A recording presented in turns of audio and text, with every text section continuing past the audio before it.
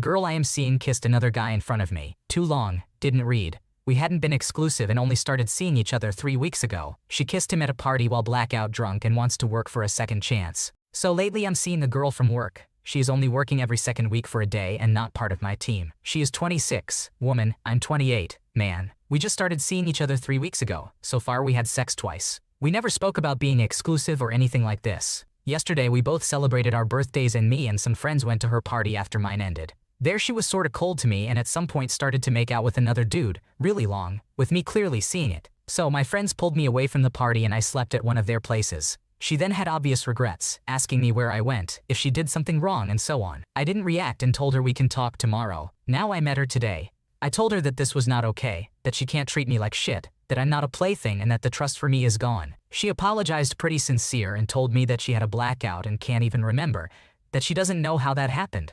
And I mean, I don't know if I believe that. At least I guess she didn't blame anyone else and accepted that she made a mistake. I still talked to her beyond that. She told me that she wouldn't do that if we were exclusive and that she feels like shit. I told her that I believe that, but I felt like shit my entire birthday and also that that's the proper feeling for what she did. I told her that mistakes happen and that it's about her to get my trust back, that it doesn't work for me without trust, and that if she really wants this, then we would have to start from zero and be real honest and exclusive. She said she wants that and that she wants to work for it. I'm also not in town for a week and told her that I don't want contact with her in that time and that I needed space to think about it and that I would contact her after I'm back. Now I'm still really confused. On the one hand, I really enjoyed the time we spend and I also enjoy the talks we had before. On the other hand, I also understand very painfully that betrayal can repeat itself. Even though we hadn't talked about being exclusive, the fact that she did it to my face makes it real hard for me.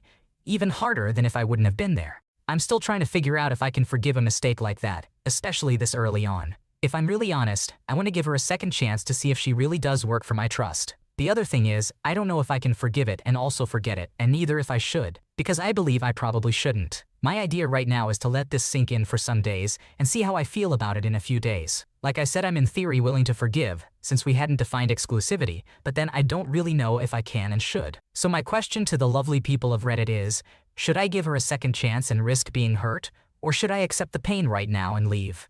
Did anyone ever have a good experience with giving someone a second chance? Thanks so much in advance. Exactly, she's demonstrated she has really poor judgment, impulse control, and a possible drinking problem. If she did something like that in front of you, imagine what she'd do behind your back next time she gets drunk. Move on and find a girl that respects you because she's just making excuses and not taking responsibility for her actions. I am worried that my husband's meetings with a coworker are not as harmless as he says. Reposting this from a throwaway account, I just found out my husband has been meeting with a female coworker during breaks. Should I be concerned? I, 30 years old female, have just discovered my husband, 34 years old male, been together for 5 years, married for 2W. A 2-year-old has been taking breakfast lunch breaks with this receptionist at his job. She doesn't work in his department and after speaking with him, I've come to the conclusion he has no reason to speak with her at all. But she has his number and has been texting him on a friendly basis for a long time now. I never thought anything of it before as my husband is generally a friendly and well-liked person. He often talks to me about his coworkers and shares work stories with me, but I've never heard a word about this particular girl. And until I asked him, he had never told me he was taking lunch and breakfasts with her. I found this text in his recently deleted folder. Sure, I shouldn't have snooped, but curiosity got the better of me. He says I'm overreacting, but can see how I can be concerned. As you can see, she looked for him for 3 days to have breakfast with him, and I'm only just finding this out. He tells me when he shares his breaks with her, they only talk about work. I doubt that. When I asked him why they exchanged numbers and how many lunch breakfast breaks they took together, he responded to both. I don't remember, I asked him. Did he think she likes him in that way, he said, after looking at it now. Maybe, but it never crossed my mind before. Had he ever told me any of this, I wouldn't mind. He's usually very honest and I've never had a reason not to trust him before. But she seems a bit eager to meet with him, or am I reading too much into it? Seems silly for someone to be so eager to take a meal break when all they discuss is work. And yes, she's pretty younger. This work husband work wife situation thing makes me nervous. Those situations aren't always innocent. Should I be concerned? I'm feeling quite hurt and now he's angry with me for being angry with him, completely dismissing my feelings about the situation. I mean, this has been happening and he's never mentioned it. I think I am correct in feeling this way given that he's hid it from me. Isn't that the same as lying? I don't know, maybe I'm just insecure. But after 5 years together having never experiencing anything like this in our relationship, I'm worried. Since I can't post a screenshot to this community, I'll jot it down here. Tuesday, her, you wanna have breakfast today? Hey, good morning him. I'm having breakfast with the team, his coworkers, and have a meeting at 8. Tomorrow? Her, Oh, yes, sounds good. I'll see you tomorrow and I'm working mornings for the next 2 weeks Wednesday. Her, are you still down there? Him, only for 2 more minutes Thursday. Her, are you still down there? Him, yes, her coming. In summary, my husband has been meeting a girl at work for lunches and breakfast breaks and never mentioned it to me. I found a text between them finding a time to go to breakfast together. Should I be concerned? If he's planning to continue having breakfast and texting with her, it's definitely a cause for concern. The fact that he didn't mention her and the vague replies are suspicious, especially if he tells you about other female coworkers. Deleting messages and blocking her seems like a red flag, so maybe checking his phone logs could provide some clarity. It sounds like he's been actively concealing an office crush, so discussing this with your partner and possibly seeking couples counseling might be necessary. Am I the asshole for getting mad at my stepmother for cutting my young brother's hair?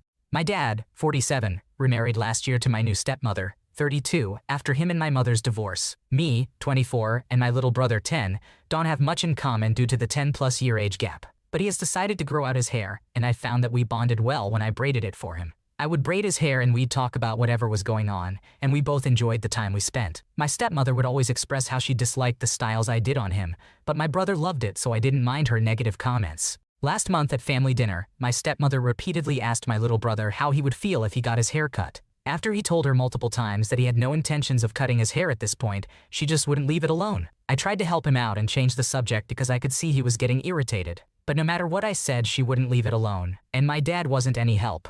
A little more information. Me and my brother aren't very close to my stepmother.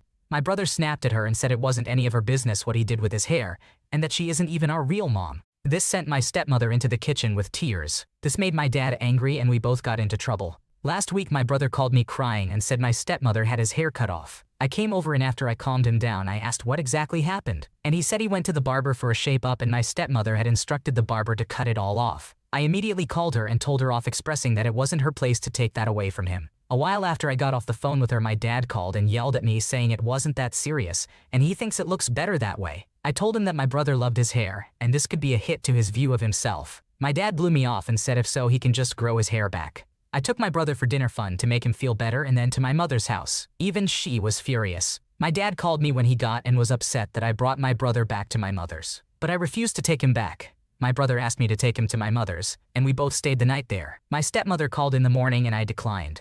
My dad said she wanted to apologize and I said that I didn't need an apology, my brother did. He said I was blowing this out of proportion and that my brother will learn to like the hairstyle. Me and my brother haven't been answering any of their calls or texts, but I have to know, am I the asshole? P.S. Me, for those of you asking, yes, me, my brother and my father are black. My stepmother is not.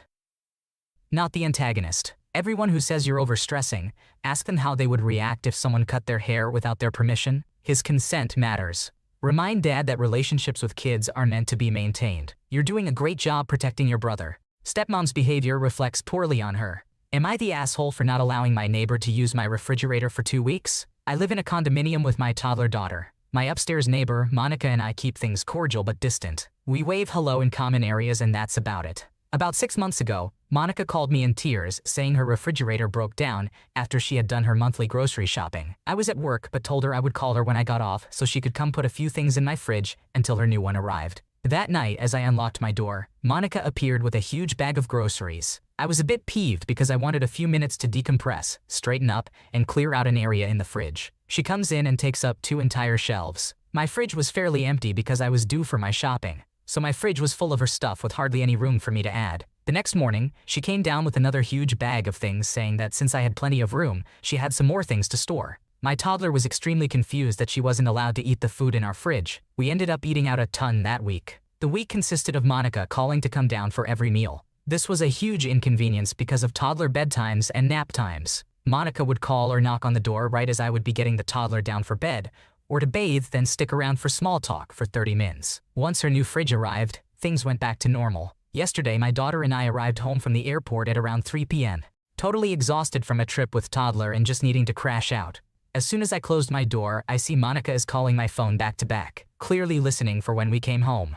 On the 3rd call, I answered to her in full tears. Her new fridge is broken again and this time it will be 3 weeks for replacement. My mind started to spin because I need to go grocery shopping and would need the space. I told Monica that she could put a few items in the fridge at 5 p.m. because daughter and I are going to nap for 2 hours. Monica says, "Oh, can't I come right now? It will only take a few minutes." Daughter and I were already laying down and nearing the point of toddler meltdown. I told Monica that she would have to wait until 5 p.m. She seemed offended and said that she would already be asleep by 5 p.m. and that she needed to come right now or everything would melt. At this point, I'm annoyed because I'm thinking, lady, go buy a bag of ice or go to bed an hour later tonight. I put my foot down and said I would text her after my daughter's nap. Monica made a chirp that of course my daughter's nap was more important. After the nap, I didn't bother to text her to offer the fridge space, and I don't think I will. I don't want to share my fridge for 3 weeks, and I don't feel she's entitled to the favor again. As you know by now, our walls are paper thin, and I overheard Monica on the phone saying that she didn't know what she was going to do for 3 weeks with no fridge. Am I the asshole? Not the antagonist. Monica can get herself an ice chest and bags of ice, or she can eat out for 3 weeks like she previously made you do. She's not a friend, just a neighbor you helped once who trampled over your rights as the fridge owner. Let her buy a used or new small refrigerator at Walmart, Target, or a thrift store. She will figure something out. Just say no, you did your share and she is imposing. Am I the asshole for saying I only sing for my enjoyment? So I, 22 years old female, like to sing sometimes. As a kid, some people told me my voice was good, my grandmother in particular, but in my opinion, my voice is just fine. I can carry a tune, but it's nothing to write home about, and it's definitely very different from how it was 10-15 years ago when I sang in church a couple of times. I stopped doing any kind of performances because I didn't like getting so much attention and had terrible social anxiety. Over the years, I've been learning to get more comfortable about singing around people, but I still don't sing around others often because I don't want to be put on the spot and asked to sing for somebody. It has happened a few times and they haven't all been courteous about taking a polite no for an answer. This issue I'm having now is an example of that. I was singing in the car with my girlfriends, 25 years old female, mom, 64 years old female. She apparently used to take and give singing lessons, and my girlfriend has also taken singing lessons and has a beautiful voice. Her mother is a bit overbearing about it, pushing my girlfriend to sing for family events even when she says she'd rather not. Still, I had gotten comfortable at this point, and GF's mom has respected my boundaries so far. She was singing along to a song I know, so I also started singing. And when it was over, she commented on my voice and asked if I'd sing something for her with the radio off so she can have a better listen and maybe give me some lessons. I told her no thank you, I'm not comfortable that I only sing along to things and do so for my enjoyment. I told her I'm not interested in lessons or anything, though I appreciate the offer, and that it's just a bit of fun for me. She got huffy very quickly and told me she could help me if I wouldn't be so stubborn about it. And when I tried to apologize, she kept making noises and interrupting me and saying, "It's fine, it's fine." The rest of the ride was quiet, and when we got back to her house, she went in and started complaining to my girlfriend on the couch and my girlfriend's brother about how I'm being such a sorepuss and disrespectful by not letting her help me out. I just walked out and left because it was getting upsetting and overwhelming, and I didn't want to deal with it. I went back to my apartment and talked on the phone with my girlfriend after and explained what happened. She told me she's sorry my mother overreacted, but also asked why I couldn't just sing for her. I told her that I'd said no, and that I wasn't comfortable, and reminded her that she already knows I don't like to sing for others. I told GF she should talk her mom down, and that I won't be coming back around that house until I feel comfortable again and receive an apology. My girlfriend's mom is angrier now, saying I owe her an apology, not vice versa, while GF thinks we should both apologize. Am I the antagonist here? I now. You had every right to establish boundaries and stick to them.